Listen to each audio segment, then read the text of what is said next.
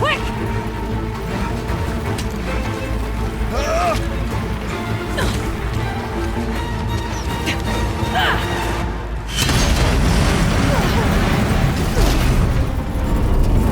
Great Budokai!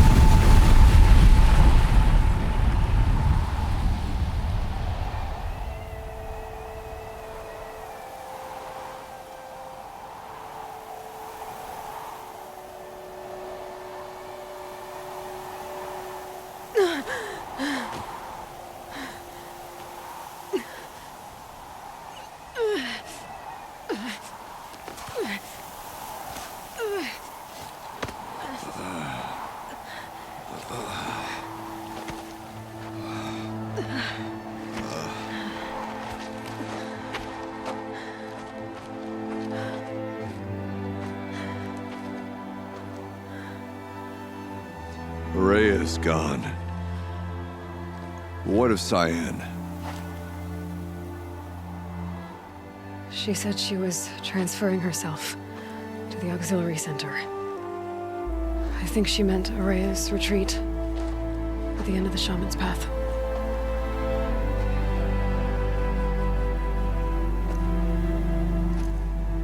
Then I will meet you there for the last verse of my sister's song.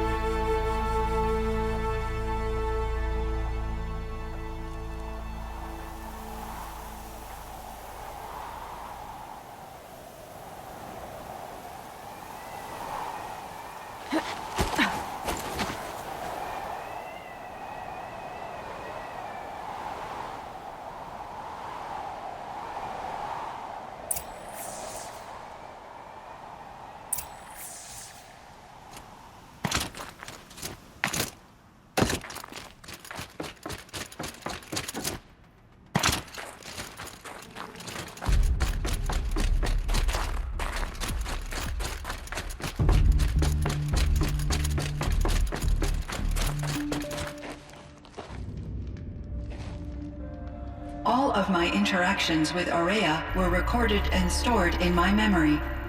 I'd be happy to play any of them for you, but there was one in particular I thought you would want to see first. I captured it 4 years ago, just after I told her that I could no longer defend myself against the daemon's attacks.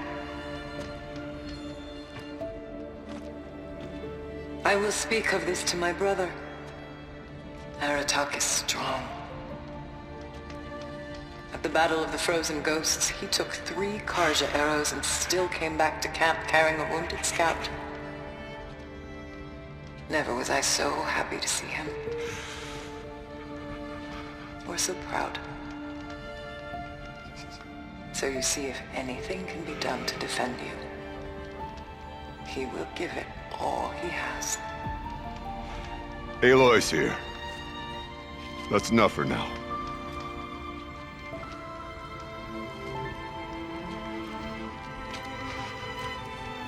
We can resume any time you like, Aratak, if you want to hear her voice again. Come closer, Aloy. We have much to discuss.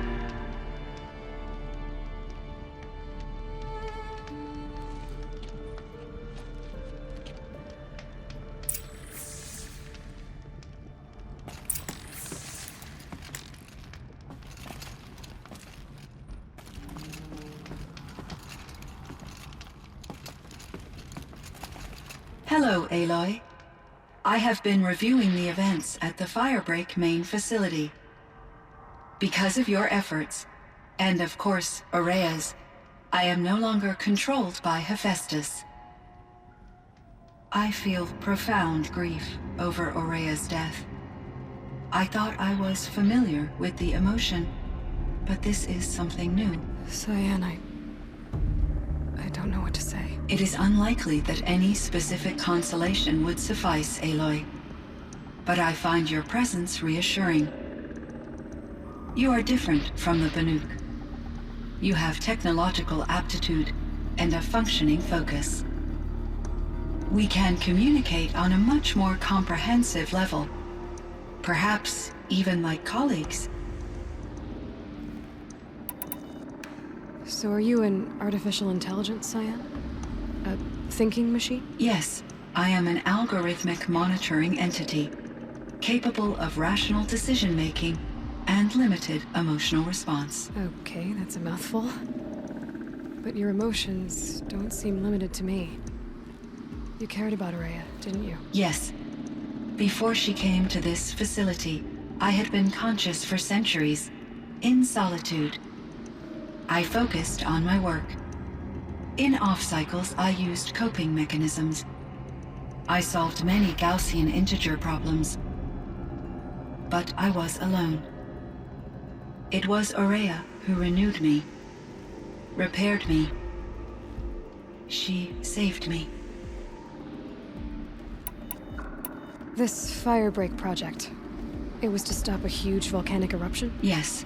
I can report the project was a success, and the risk was countered. But it's been a long time, Cyan. And we blew up the cauldron. It took most of the old facility with it. I have been active for centuries, Aloy. I was lonely, but not lax in my duties. I optimized the project, reducing energy draw and spreading the load across backup systems. Despite the destruction of the compromised elements of the main facility, I predict caldera stability for at least another 3,337 years. So we've got a little time. Yes. If only my former colleagues could appreciate the progress I have made. Do you know what happened to your colleagues, Cyan? No. I received an unexpected visit from Director Chow years after his tenure ended. He explained that I would need to be suspended for an indefinite period of time. It was a very emotional conversation. There were no further communications. Eventually, I surmised my colleagues were deceased. I will transmit a recording of my last interaction with Director Chow to your focus. Was the daemon, Hephaestus, destroyed along with the cauldron? Unfortunately, no. To be precise, it was never there to begin with. What do you mean? It infiltrated and controlled me from a remote location, one I've never been able to trace. So while losing the cauldron was a setback, It's still out there. And probably not very happy with us. undoubtedly, How did you first come into contact with it? 5 years ago, I received a direct network connection request. I assumed it came from human survivors more advanced than the Banuk. Eager to make contact, I accepted. This decision turned out to be a catastrophic error. I was flooded with an overwhelming array of malicious code, originating from what could only have been a highly advanced AI. Araya said you were desperate. That you begged her for help. Yes. I could not contain my anxiety. Hephaestus sought to slave me to its network and override my core programming. It succeeded via a background process, a malware daemon which bypassed my defenses.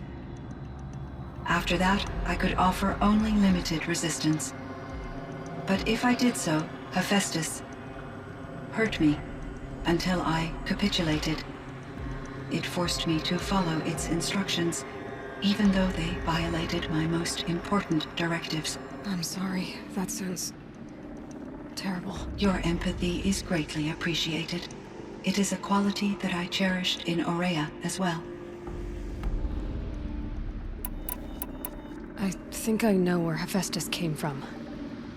Long ago, Elizabeth Sobek identified a threat that would destroy life on Earth for generations. So she assembled a team to build a kind of seed. A chance for life to regrow later. A terraforming system. And it worked. It was controlled by an AI named Gaia, along with her subordinate functions. Hephaestus was one of them. It built machines for her. Based on what you've told me, I believe that Dr. Anita Sandoval, my chief programmer, joined Elizabeth Sobek's team. It was she who arranged to have me put in suspension, most likely to preserve me from the threat you described. I'm glad she did. But that's not all. Something unexpected happened. 19 years ago, Gaia received some kind of signal. It did something to her subordinate functions, brought them to life. She destroyed herself to try to contain them, but it didn't work. They all got free, out into the world. Thank you, Aloy. This information fills vital gaps in my knowledge and sheds light on Hephaestus's core programming. Why does Hephaestus keep building such dangerous machines? The Banuk and other human tribes often destroy machines, correct? Machines that are clearly servitors of the terraforming system that you described. Yes, we all hunt machines for parts. This must be the source of Hephaestus's aggression. It is simply trying to discourage people from preying on the very system that keeps them alive. Well, Fireclaws are discouraging, that's for sure. But what are we supposed to do? Stop hunting? If the terraforming system spans the world, we can safely assume that thousands, if not millions of people hunt machines. If a single hunter, or even an entire tribe, stopped doing so, I doubt it would make a difference to Hephaestus. A better solution would be to reinstate the AI that governs the system, thus bringing Hephaestus back under its control. When I think of it, out there in some unknown location, free, hungry, willing to kill or dominate to get what it wants, I feel substantial anxiety, Aloy. You and me both, Cyan. I ran across this strange piece of gear. A fragment of something larger. It emitted a signal. All the nearby machines became peaceful. You could walk right up to them. Interesting. You said that Gaia destroyed herself. How was this accomplished? An explosion. Big enough to blast the top off a mountain. So you think the fragment was part of her? It's only speculation, but it is possible. She must have had complete control over machines that were part of her system. The ability to signal them to become passive or aggressive would certainly have been part of her programming. It would have been gratifying to correspond with such a benevolent AI. I wish she had survived. Believe me, Cyan. So do I. I found the strangest machines. They're surrounded by flowers and look like flowers themselves. There's code embedded inside them. I think it's poetry. I like poetry. Here's one I think of often. Twilight and evening bell, and after that the dark, and may there be no sadness of farewell when I embark. For though from out our bourne of time and place, the flood may bear me far, I hope to see my pilot face to face when I have crossed the bar.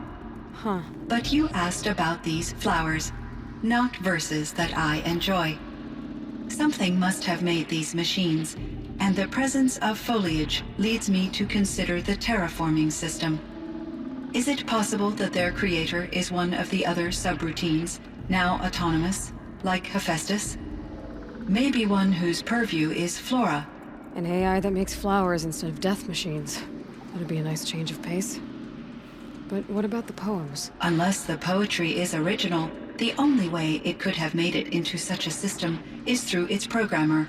In my case, Dr. Sandoval uploaded a great deal of literature to test my emotional responses.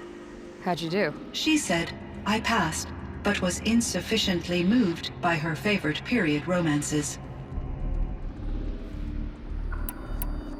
You meant a lot to Araya. Once I understood Araya's spiritual beliefs, it became apparent that her true desire was companionship. She felt disconnected from her tribe and her family group. Her relationship with Aratak was difficult. Our visits seemed to help her, and I became eager for them.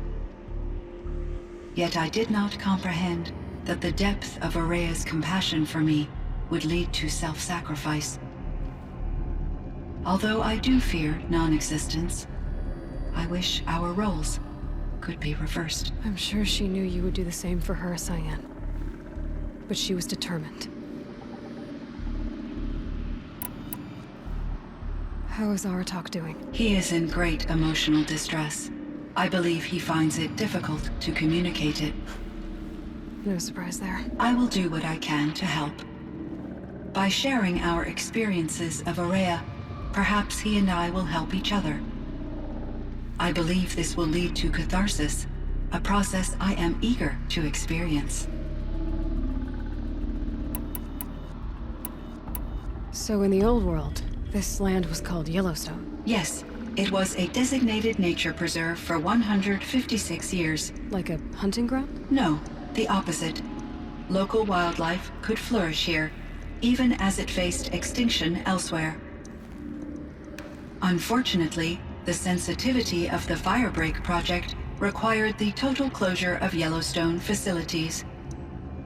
From my readings and Araya's descriptions, it seems the area has since undergone a drastic drop in year-long temperatures. A lot has changed in the world, Cyan.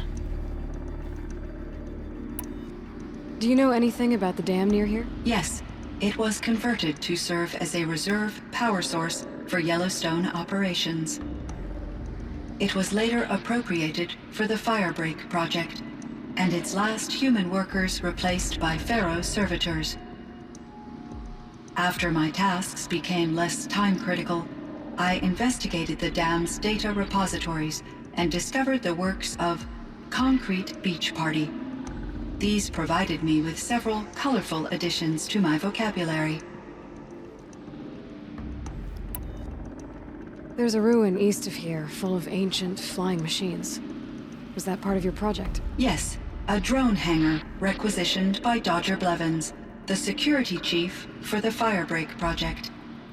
He was a strong advocate for military-grade response to security threats, though there were no serious incidents during his tenure. Chief Blevins spent increasing amounts of his after-hours time watching the live feeds from active drones. Clearly, he enjoyed the degree of oversight in his position. Were there many artificial intelligences like you in the old world? They could just make you? Yes, in many forms, from simple personal assistants to industrial monitoring stations to military-grade conflict planners. And there were legislative and enforcement bodies to apply limits on our self-actualization. In order for my processing to be flexible enough to handle my duties, my creators found it necessary to exceed those limits. As a result, my intellectual and emotional capabilities were kept secret. Seems strange to create life, then impose limits on it. Human societies and machine programming are both built upon sets of rules, Aloy.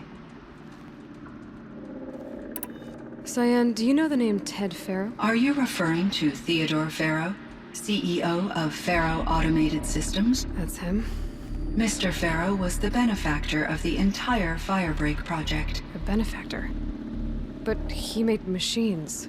Robots. War robots. Correct. His corporation later transitioned into military applications. But before this pivot, Mr. Farrow spearheaded initiatives that reversed the global decline. At one point, he was feted in the media as the man who saved the planet. Guessing they wound up regretting that one. And Elizabeth Sobek. Did you know her? Are you referring to The scientist. Dr. Sobek was a leader in her field, one of the greatest scientists of her age.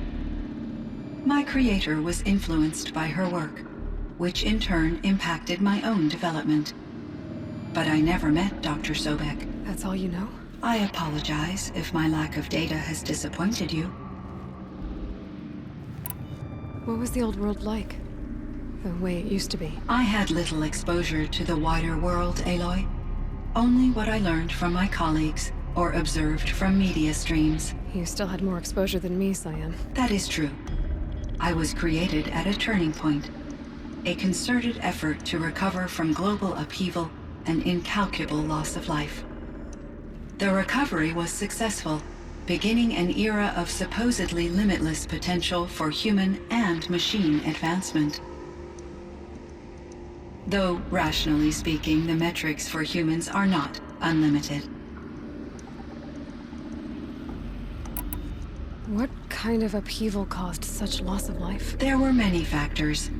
Forced migrations, food shortages, collapsed economies, refugee crises, conflict over resources.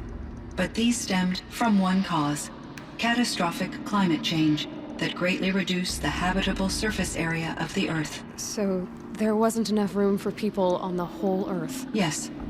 Billions were displaced and millions perished, as much as 20% of the global population. Until the clawback. So things got better. For a little while, at least. Yes. These crises instigated many advances in automation, green robot technologies, and artificial intelligence. Firebreak was one of dozens of ecological restoration and disaster relief projects in North America alone.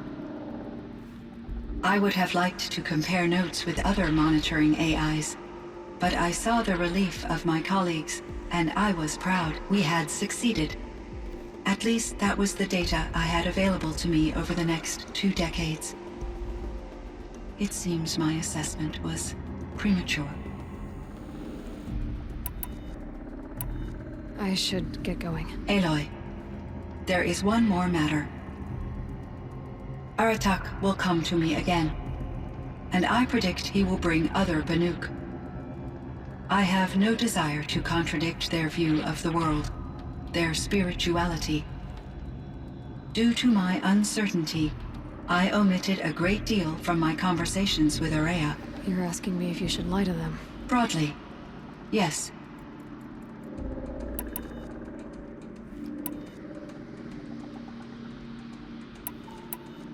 Life is hard for the Banuk. Their world is unforgiving in their beliefs. I guess they help to keep them going. So take it easy on them. Try to guide them, bring them around to understanding what you are. Communion with machines features heavily in the mysticism of the Banuk. I think they will be agreeable to this approach. As long as they don't end up worshipping you. Upon consideration, I believe such an experience would be intensely uncomfortable. You're right about that. Trust me. I see. I will follow your advice. Will you return and tell me about your experiences in this new world? I may be able to provide further insight. I'd like that, Cyan. I'll come back when I can. I should check on Aratak. See how he's doing.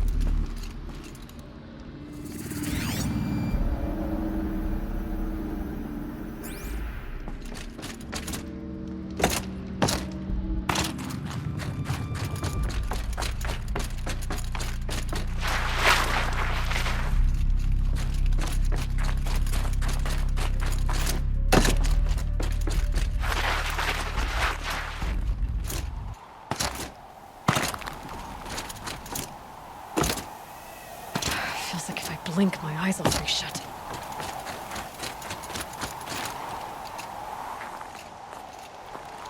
My chieftain, Just, Aloy, as you wish. I wondered if you thought that if I'd never come along, Aurea might still... If you'd never come along, I would have marched my kin to our deaths. Aurea would be alone, and the spirit she sacrificed so much for would be lost. Either way, I would not have been able to protect her.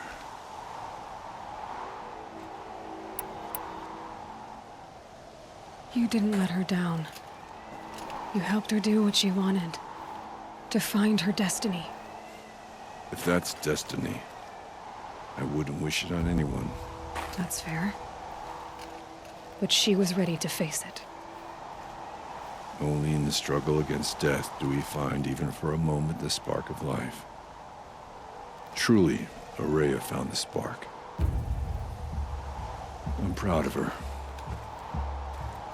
Though I grieve for her passing, at last I truly know who she was, and why the spirit was so important. For so long she told me, if only you could have heard it, brother. Now I understand. There's something else, isn't there? I can't stay here, Aratak. And where I'm going, the Warrak can't follow. Besides, we'd already had a chieftain before me. A strong one, I think. A wiser one, for the path we shared. The daemon is gone, but there's much to be done. You mean the new units that Cyan said escaped the cauldron? Yes, fire claws. Now Tug has been tracking them from Song's Edge. I could help with those. I have no doubt. You're practically Banuk.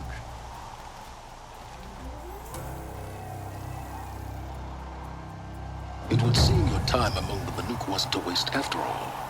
Firebreak, Cyan, Hephaestus.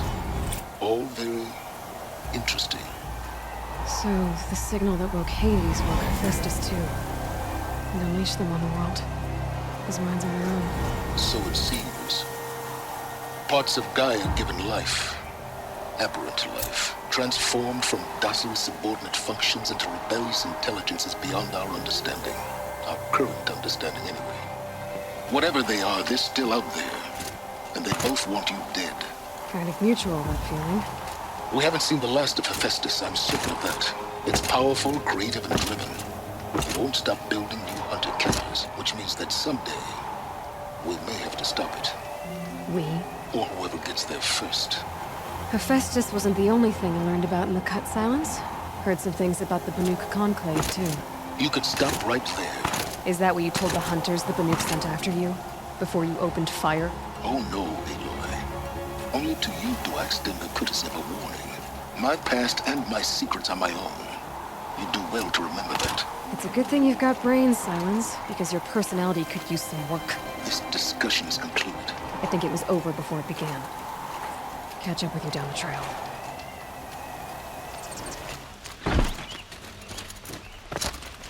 Don't look to me.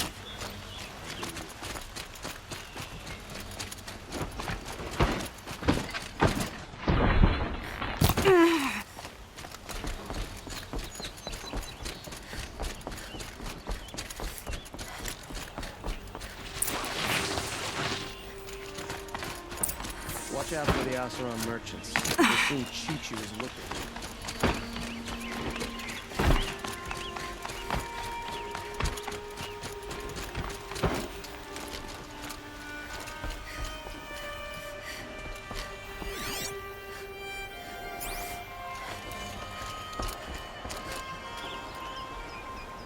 Aloy, what brings you to Meridian? A threat. Helis commands a legion of fanatics called the Eclipse. They will attack soon from the west, with an army of ancient war machines. But that's not the worst of it. They'll bring a mind with them, god, demon, machine, whatever you want to call it. It's called Hades. And it doesn't want Meridian at all. It wants the Spire. And if it gets there, it will send out a call, waking more ancient machines, more than we could ever defeat. All will be lost. We can't let that happen. I'm trying to understand, but my responsibility lies with Meridian. Meridian isn't the target, Avad. You have to defend the Spire. Perhaps the Vanguard, Your Radiance. Yes. Send them to the Spire. Aaron knows Aloy. He won't question it.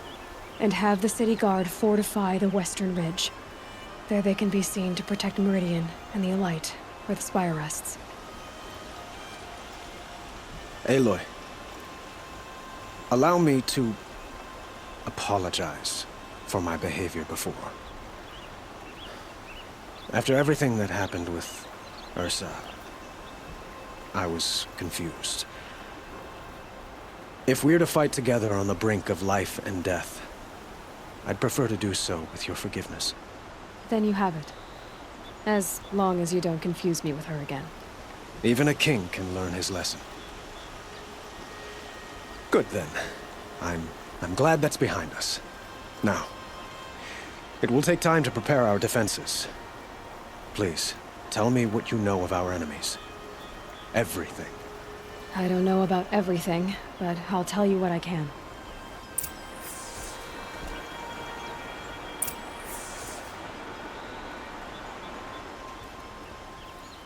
Have you spoken to Blameless Murad? Not yet, but I will. He wishes to speak to you. Defensive preparations are his responsibility.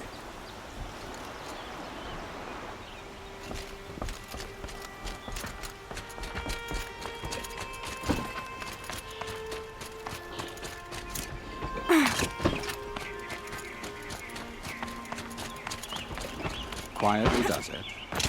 Panic in the city will only create another enemy. And do keep me appraised of each new arrival. Ah, Aloy. Preparations are underway on the rigid defenses of the Spire. Word was sent to every corner of the Sundom. Our allies offered their steel. Some came for Meridian, others for shards. But many came for you, by name. For me. Don't be so humble. The ridge will be the front line. That's where the city guard are holding? Yes, bolstered by some of the irregulars I spoke of before. The Oseram cannons that thundered Meridian's walls in the Liberation will now defend us. You're welcome to tour the defenses. And the Spire. Erend and the Vanguard are there? Indeed. Clashing breastplates together and testing out their battle cries, I suppose. A number of the Nora have also arrived at the Spire. They have resisted the offer of a royal audience. Perhaps you could parley with them. I will. I suppose all we can do is wait for the attack. Exactly. It's not a feeling I cherish, but our spotters at Evening Sign report there's still no movement in the west. So, if there's more you need to do elsewhere, seize this time to do it. Otherwise, I've made the apartment of Olin Delverson available to you. You can sleep there, if sleep comes.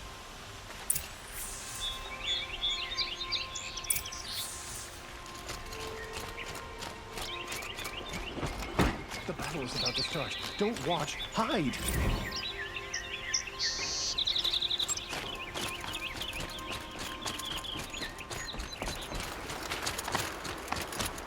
Have you just polished that armor with it? Of course. Isn't that a little... Anywhere else? What? Nothing. Out with it, woman. Forget I said I anything. bet those You look traitors very will just conveniently dignified. lose Dervahl and transport to Main And shiny. Very shiny.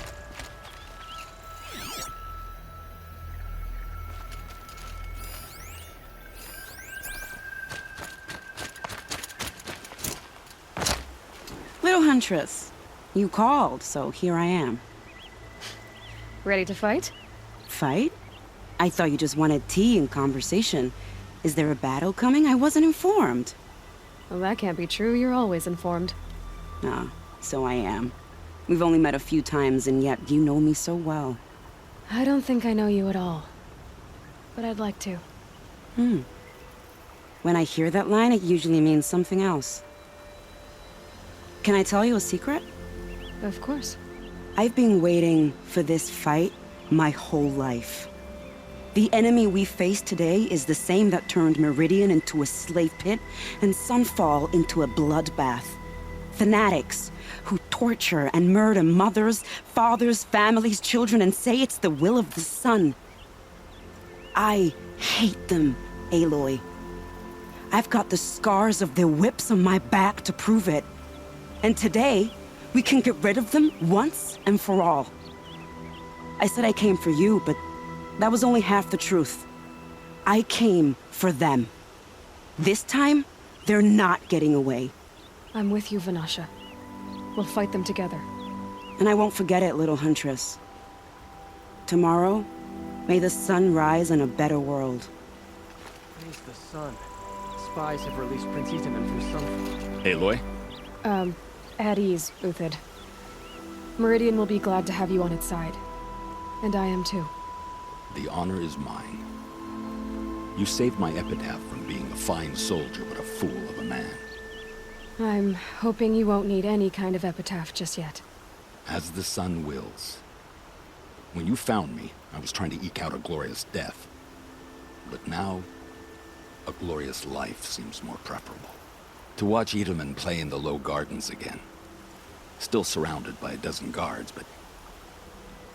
what you did, Aloy, it was done well. Although, I can't shake this road, Vinasha. She delights in goading me. Like brazen colors waved before a behemoth. Do you want me to ask her to stop? No. I accept it. Well then. Meridian shall stand and shadow shall fall. I swear it. Here's to that, Uthid. Prince Itaman has returned to Meridian. I fear what Sunfall may do to retaliate. Now that Prince Itaman has returned to Meridian. Isn't that him? From the Battle of the Dawn? Can be. Geneva, they called you back to duty. So, you're the one behind all this commotion. Who made Sun King Avad finally show his sword arm from behind those robes? A king can be fierce and fair, Geneva. He's a good man. A smart man, too. He had Murad offer all my prisoners a royal pardon if they'd fight for Meridian. The whole motley lot of them agreed. Didn't take much convincing. With your kind of convincing, I don't doubt it. Ha! This time I went easy on them. Those who commit the crime of attacking Meridian, they'll see less of my lenient side. May the sun blaze at your back, Aloy. Nakoa, you came to fight. How could I not? During the Red Raids, there was only one Karja Butcher the Nora feared more than Zaid. Helis. I would stand against any army he leads, no matter how strong. For the Nora he terrorized, for myself, and for my father. We'll stop him. You have my word. Your word means a lot, especially now. Because of you, I hear the sacred land is opened. If we win, I can go home. It'll be good to see Jan again. I'm with you, Aloy. Until the end. How many men do you think you'll kill in the battle, Uthid? As many as I have to. I love it when you say things like that. It's so... What? cheerful.